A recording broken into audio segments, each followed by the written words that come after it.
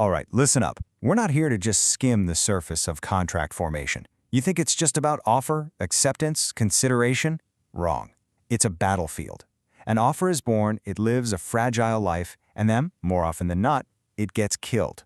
Your job, on my exam, on the bar exam, in the real world, is to know the exact cause of death. Today, we're performing the autopsy. So you're reading a fact pattern, and you see an offer.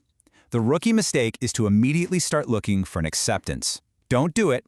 Your only initial question should be this: is this offer even still alive? You see, an offer creates this incredible power in the other party, but that power is unbelievably fragile. It can be wiped out in a heartbeat, and sometimes the offeree doesn't even see it coming. And this is what it's all about, the power of acceptance. This is the legal weapon the offerer hands over to the offeree. With this power, the offeree can, with a single word, "I accept," force a legally binding contract into existence. So everything we're about to discuss, every rule, every case, it's all about one of two things: how to destroy that power, or, in a few special cases, how to shield it from harm. Here's our plan of attack. We're going to start with how the parties themselves kill offers. Then we'll look at how offers can just die on their own, by operation of law. After that, we'll cover the shields, the ways you can make an offer irrevocable. And then we'll dive into the deep end with the battle of the forms, and I'll leave you with the one takeaway that you need to nail your analysis. Let's move. Okay, first let's talk about termination by direct action. This is where the parties themselves take out the weapons and put an end to the offer. They don't wait for it to die of old age, they actively kill it through their communications. Here's the arsenal. The offerer has one main weapon: revocation. That's the offeror taking the offer back.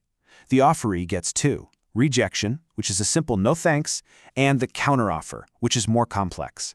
A counteroffer is a 1-2 punch. It's a rejection of the original offer and the creation of a brand new one. Now look closely. Notice the symmetry here. Both revocation and rejection are only effective when they are received, not when they're sent. Until that message lands, the power of acceptance is still active. That timing is everything on an exam.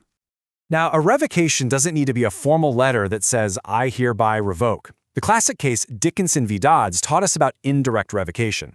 The offerer sold the property he'd offered to someone else. The original offeree then found out about the sale from his own agent. So was the offer still open? No. The court said that was enough. The offer was dead. And why? Because the offeree got reliable information that the offerer had taken an action that was completely inconsistent with the intent to go through with the offer. The power of acceptance was terminated. Under common law, you have to be perfect. The acceptance must be a perfect, flawless mirror image of the offer. If you change anything, the price, the date, the color of the paint, it is not an acceptance. It is a counteroffer. And what does a counteroffer do? It kills the original offer. Stone. Dead. This rule is incredibly strict, and it's the whole reason the UCC had to invent a completely different system for the sale of goods, which we'll get to. So offers can be killed by the parties, but they can also just die. Sometimes the law itself acts like an outside force and just terminates the offer. No action required from either party. We call this termination by operation of law. The rule here is brutal and absolute. If the offerer dies or is declared legally incompetent, that power of acceptance is extinguished instantly. And here's the kicker, the part that trips everyone up.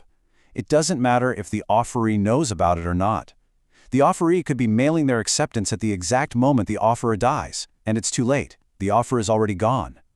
This is an absolute trap for the unwary on any contracts exam. Okay, enough destruction. Let's talk about defense. What if you're the offeree and you want to protect that power of acceptance? How do you stop the offerer from revoking?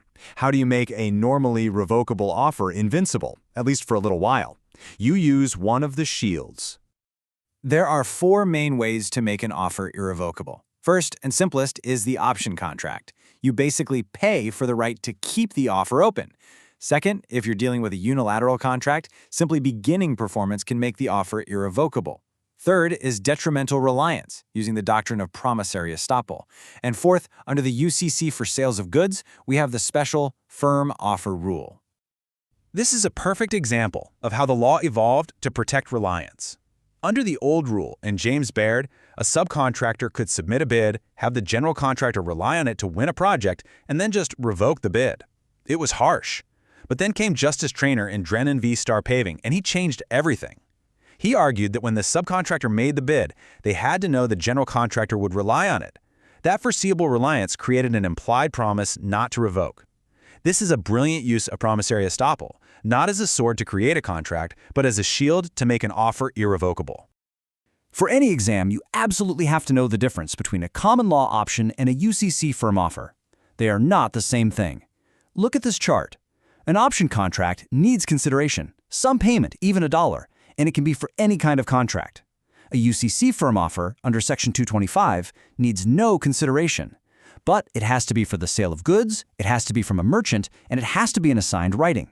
And you have to watch that time limit. A firm offer can't be held open for more than 3 months. If a merchant promises in writing to hold an offer open for 6 months for free, it's only firm for 3. After that, it's revocable then unless there's consideration. And now we get to the main event, the most tested, the most confusing, most important application of these rules, the battle of the forms. This is what happens when two merchants send their own pre-printed purchase orders and invoices back and forth, and the boilerplate terms on the back don't match.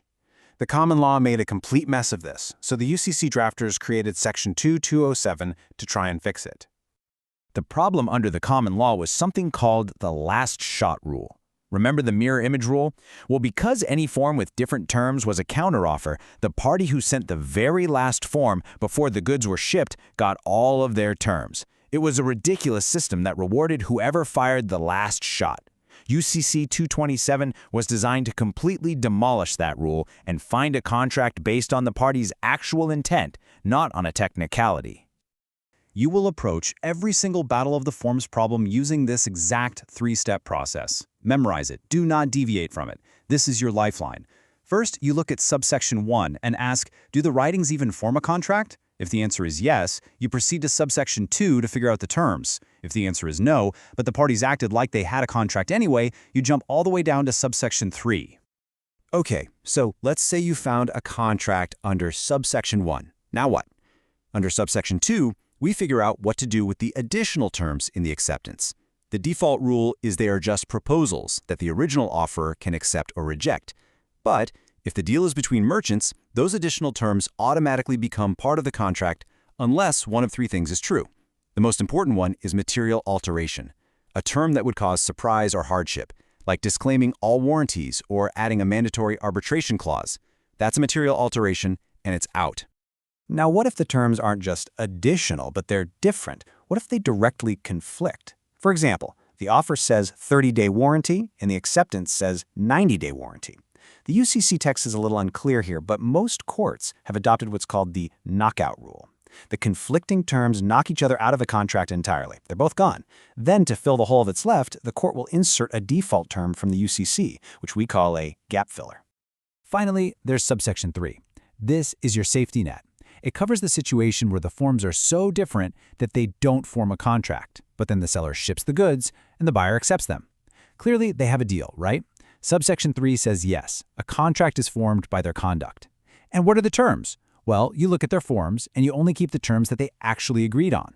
Everything else gets knocked out and the UCC gap fillers come in to complete the contract. So, we have walked through revocation, rejection, death, reliance, options, and the entire maze of 2207. After all that, what's the one thing you need to burn into your brain? What's the master key that unlocks every single contract formation problem? This is it. This is where you start, every single time. Before you even think about whether an acceptance was valid, you must first determine if the power of acceptance still existed at that exact moment. Had it been revoked? Had it been rejected by a counteroffer? Did it lapse because of time? Did the offeror die an hour earlier? If that power is gone, it doesn't matter what the offeree does. It's like trying to start a car with a dead battery. Nothing is going to happen. Confirm the power is alive first. Then, and only then, you can analyze the acceptance. Start there, every single time.